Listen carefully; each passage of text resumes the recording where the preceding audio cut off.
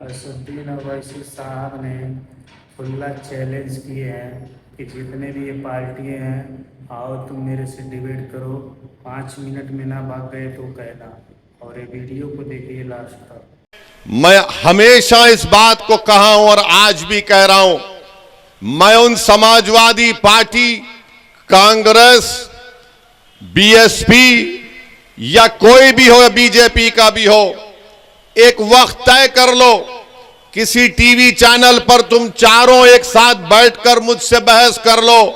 10 minute के अंदर 10 minute के अंदर मैं दलाइल देकर तुम्हारी जबानों को बंद कर दूंगा। तुमको बताऊंगा कि क्या सच है और क्या झूठ है। आज इल्जाम लगाती हैं कि मजलिस के लड़ने से बीजेपी जीत जाती है। बोलते हैं ना, सुना आपने? बहुत से मुनाफिकीन है जो ये बात को करते रहती हैं। मैं उनसे कह रहा हूं, अगर तुम्हारे दिल में, तुम्हारी सोच में अगर राई बराबर, जमीर जिंदा है तो सुनो मेरी इस बात को। बताओ, 2014 के पार्लियामेंट के चुनाव हुए थे, क्या ओवैसी की पार्टी यहां से लड़ी थी? 75 लोकसभा की सीट पर बीजेपी कामयाब हो गई, मेरी वजह से जीती। समाजवादी पार्टी के 5 यादव परिवार के लोग कामयाब हो गए थे, याद है ना? 5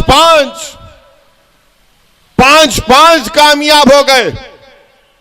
फिर 2017 का विधानसभा का चुनाव आया, हम लड़े इलेक्शन, मगर 400 विधानसभा की सीटें हैं, वहां पर कैसे बीजेपी जीत गई?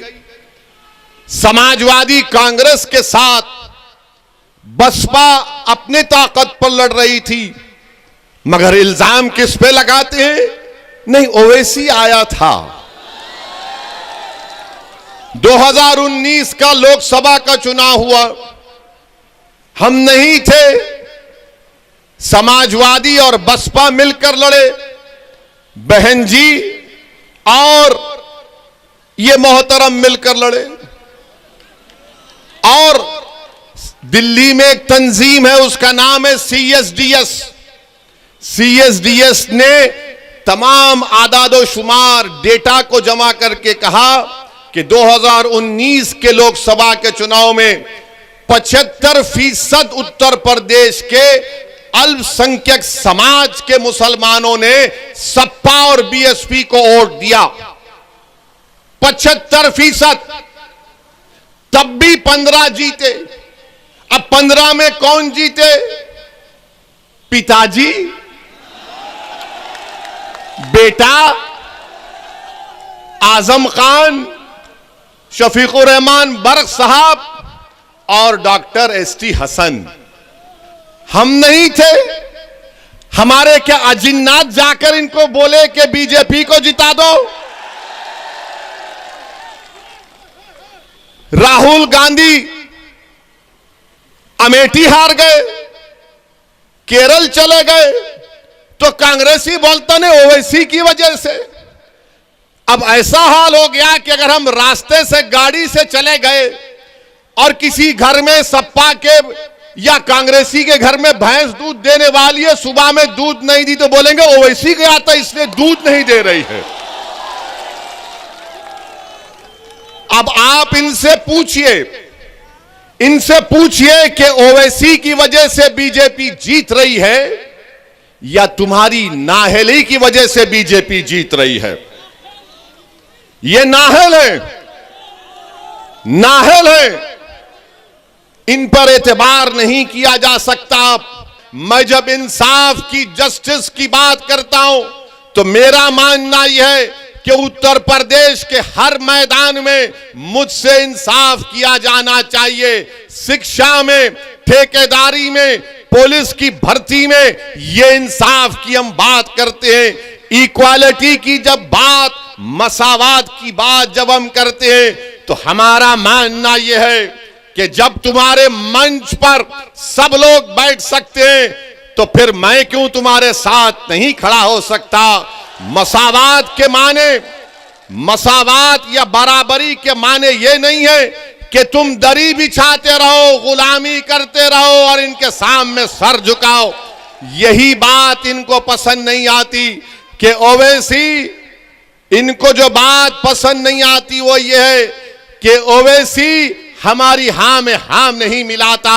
नहीं मिलाऊंगा, नहीं मिलाऊंगा। जो बीजेपी गलत काम करेगी तो उसके खिलाफ आवाज उठाऊंगा।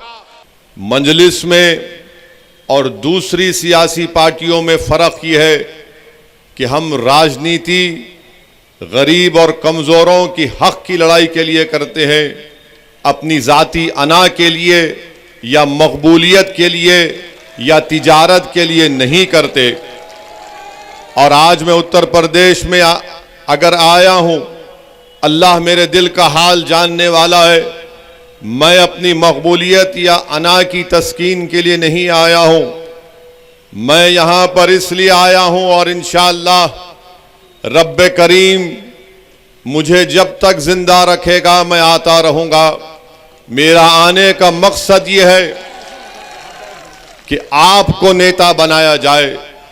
मेरे आने का मकसद एक ही है कि आपको हिस्सेदारी की लड़ाई में आपको अपना हिस्सा मिले, आपके मसाइल का हल हो, आपको इज्जत और वो मुकाम, वो मान और सम्मान मिले जो दीगर लोगों को मिलता है। यही मजलिस इत्तेहादुल मुस्लिमीन का मंशा, मकसद और पैगाम है। यही हमारा ऑब्जेक्टिव है। मैं आपको यही बात बताने आया हूं। मेरे अजीज दोस्तों और बुजुर्गों, मजलिस के मुखालिफीन मजलिस को एक फिरका परस्त पार्टी कहती है। मैं उनसे पूछता हूं, बताओ कौन सी फिरका परस्ती की तुम बात कर रहे हो। आज सरजमीन दखन में मजलिस के 7 रुकने असेंबली है, 7 MLA विधानसभा में है, बिहार में 5 हैं, महाराष्ट्र में 2 हैं।